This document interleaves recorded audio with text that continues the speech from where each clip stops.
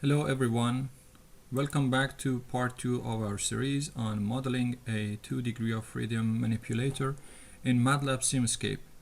In the first video, we imported the CAD model into Simscape and set up the joints with simple input signals to see the arm in motion, as you see here.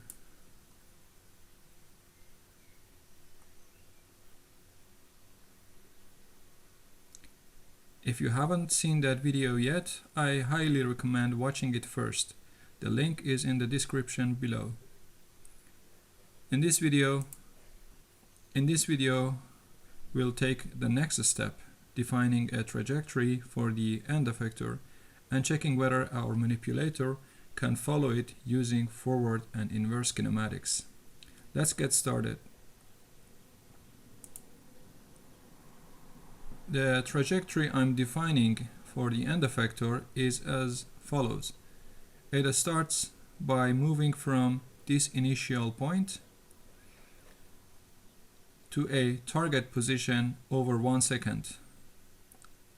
Then it follows a circular path like this for 5 seconds, and then at t equals 6 seconds it returns to its original point. Essentially, this trajectory is defined by the desired x and z coordinates of the end-effector. I will use these to calculate the corresponding joint angles based on these two inverse kinematics equations, and these calculated joint angles will be applied as inputs to our physical Simscape model. We will then measure the actual joint angles at the output and use forward kinematics, shown here, to compute the resulting end-effector position. And in the end, we'll compare this simulated position with our desired trajectory to see how closely the robot follows it. Okay, if we go back to MATLAB, we would like to first create a copy of this model, then save it as, let's call this path planning for manipulator to DOF. Okay. I would first like to create a subsystem of this entire physical model. The way that I do that is to first get rid of these scope blocks and also these ramp blocks. Then if I select all and right click and create subsystem from the selection, a subsystem is created. As you see, there are two inputs, input 0 and 1, and two outputs, 0 and 1. If I double click on the subsystem, it is tricky here because you see that this port is correct, port 1, and this output port, we expected it to be port 1, but it is mistakenly named 2. And this one, which is supposed to be output port number 2, is named number 1. So we could rename them over here. We first have to rename this.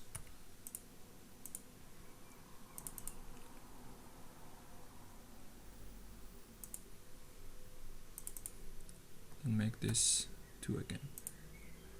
The rest of the port names are correct. Then we come back and we correct the naming over here. This is going to be the input port Q1 for angular values of joint 1, and this is going to be Q2 for joint 2. This output port is supposed to be measured angle of the joint 1, Q1M, and this output port is going to be the measured angle of joint 2.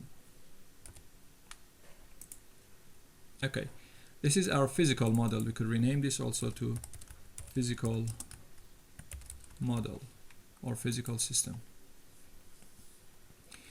The first step for us now is to create our defined trajectory based on the parameters that are shown here. The initial target is, as we have set it in the physical model, then it has to move in this direction to come to this point, 245 millimeter in the x direction, and then follows a circular path with a radius of 50 millimeter and comes back to this point at t equals 6 seconds, which takes in total 5 seconds to follow this circular path.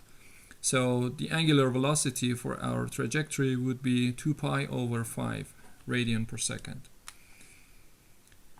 To create a path like this, an x and z coordinate, we need a signal editor block. If we double click and type signal editor, will pop up. We double click on it to open it. We have to create these two signals, x and z coordinate, over time. We first have to click on this icon to open signal editor. And in this window we have to expand this scenario, and we could create two signals over here. The first signal is originally named signal 1 by default. We change it to x.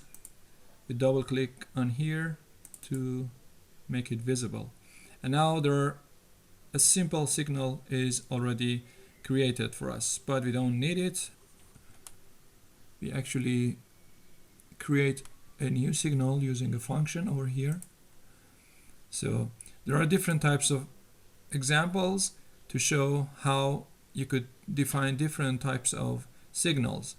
So what I'm going to do is to create my own signal over here. It starts from 0 second, and then at 1 second it starts the trajectory. So I would create a time vector, step size of 1/10 of a second up to 6 seconds. And my x vector is going to start from 345, which is its initial position at t equals 0, and at t equals 1 it is supposed to be at 245, and then follows a circular path which is defined by this equation.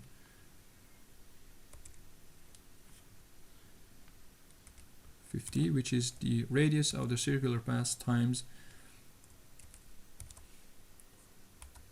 1 minus cosine of the angular velocity is 2 times pi over 5 times our time vector, which starts from, we reset it to be at 0 and then it goes up to 5. And we close it here. Okay, this is how our x coordinate varies over time. It initially starts from 345, comes down to 245, and then follows a circular path to return to this position. And similarly, we could define a z signal. We could insert signal and rename it to z. I have to double click here to make it visible, and then once again the time vector is 0, 1,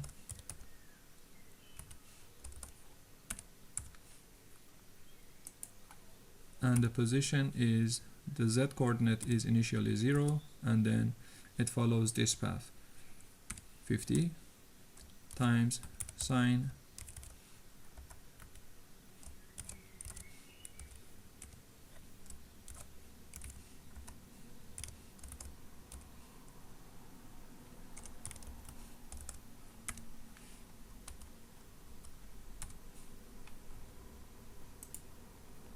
Okay, this is our Z signal.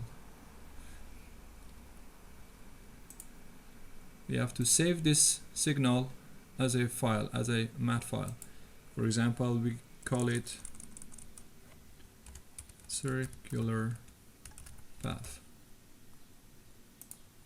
We save it, close this window, there are two important settings we have to check. The output signal is supposed to be in millimeter, so we could type millimeter over here, and we have to make sure the data in the time vectors are interpolated. So we have to check this box for both x and z. We first apply it on the x vector and then on the z vector as well. Okay, as you see, our path is generated, which includes two signals x and z over time. So we here, as I explained here, we need to have a function to describe the inverse kinematics, which means that we have to calculate the associated joint angles based on the end-effector coordinates x and z. The script that I have created for this inverse kinematics is already available. We only need to create a MATLAB function over here. We simply type MATLAB function, which comes up here, and if we double click on it,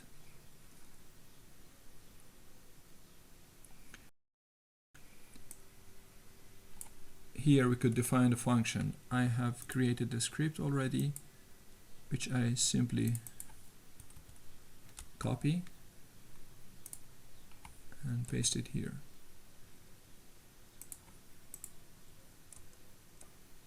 Okay, as you see, there are two parameters, L1 and L2 over here for this function, but the main inputs to the function are x and z. If I close this, you see that our inverse kinematic has two more ports, and this is not what we want, because we already, as I mentioned in the first video, we define these two as parameters and not really as inputs. The way to get rid of this, we go to the MATLAB function again, and in the function tab there is edit data. We go to edit data. Down here in the symbols, we click on L1 and we change the scope from input to parameter, and we do the same for L2. And now if we go back, we see that they are gone. They are no longer considered inputs. Similarly, we have to create another function to calculate forward kinematics. First, call this inverse kinematics, and then we will create another function, MATLAB function. Double click, and then we copy the script.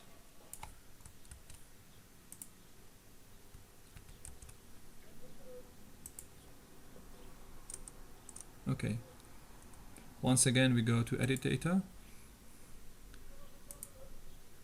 and L1 and L2 are going to be changed to parameters.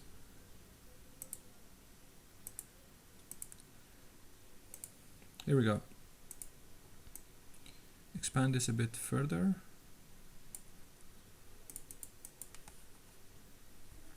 Forward kinematics.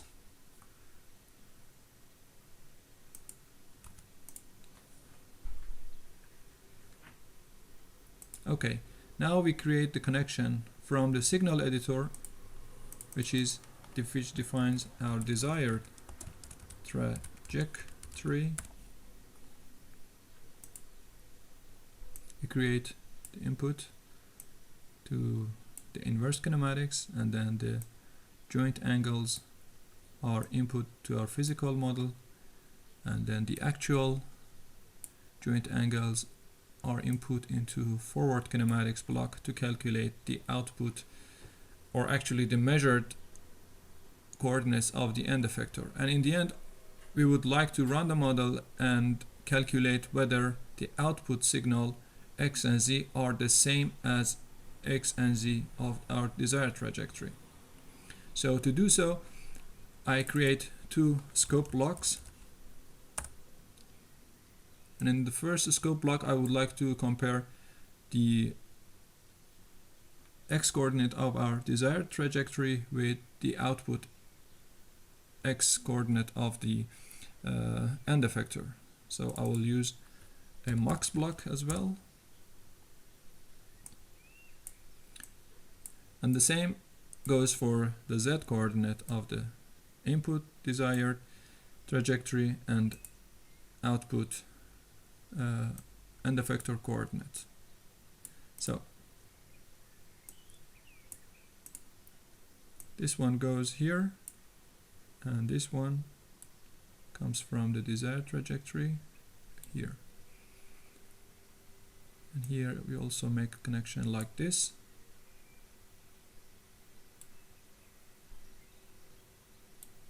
Okay, we're good to go. We only changed the stop time to 6 seconds, as our trajectory is defined for 6 seconds.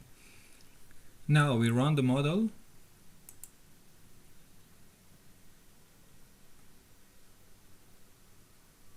We see that it perfectly follows our desired trajectory.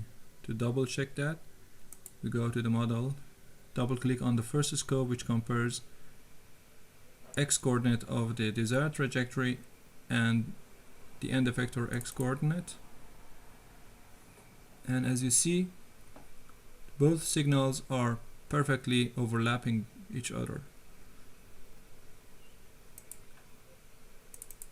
And for the z-coordinate, we see that both are again exactly on top of each other, which means that our followed trajectory is the same as our desired trajectory. That's it for this video. In the next video, we'll take things a step further by designing a PID controller that uses torque as input, which is a more realistic approach to robotic control. And we'll see how well the controller enables the robot to follow the same trajectory under physical constraints. If you found this video helpful, please give it a thumbs up and subscribe to my channel for future videos. I'll see you in the next video.